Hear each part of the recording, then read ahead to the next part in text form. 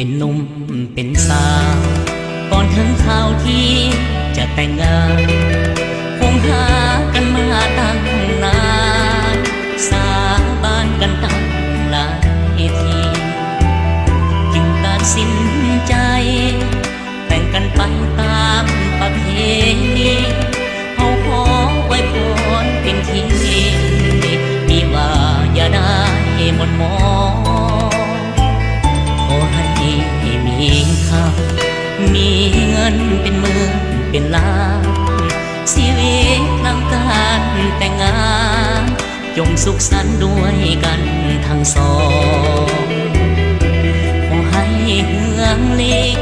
อย่าสถิตในแผ่นดินทองโอ้ยภัยอย่าได้มาต้องขอความหักให้จีหลังตัวทำตัวเหมือนสร้างเท่านั้นเมียหาคือผู้ตามมาสมดังว่าเป็นสร้างเท่าหลังสวยกันทำมากินเป็นกินเป็นทางสองแนวคิดจะเหินห่างมียังค่อยๆเว้ากันขอให้ทั้งสองเป็นของแผ่นเดียวเลื่อนไปของหา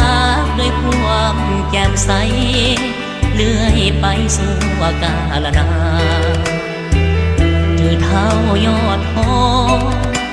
บอกยอดแค่ด้วยกันหากเดียวใจเดียวเท่านั้นสวรรค์จึงเมตตาปราณี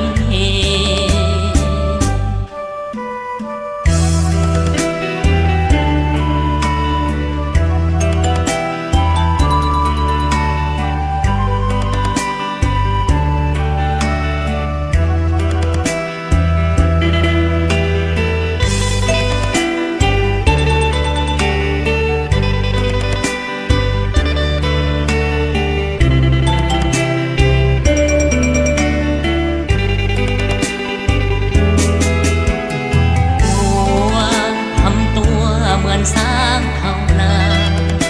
เมียหาคือผู้ตามมาสมดังว่าเป็นสร้างเท่าหลังสวยกันทำมาหากินเป็นกินเป็นทางสองแนวคิดจะเหินห่างมียังค่อยๆเว้ากันขอให้ทั้งสองเป็นของแผ่นเดียวเลื่อนไปของหาด้วยความแจ่มใสเลื่อยไปสู่กาลนาน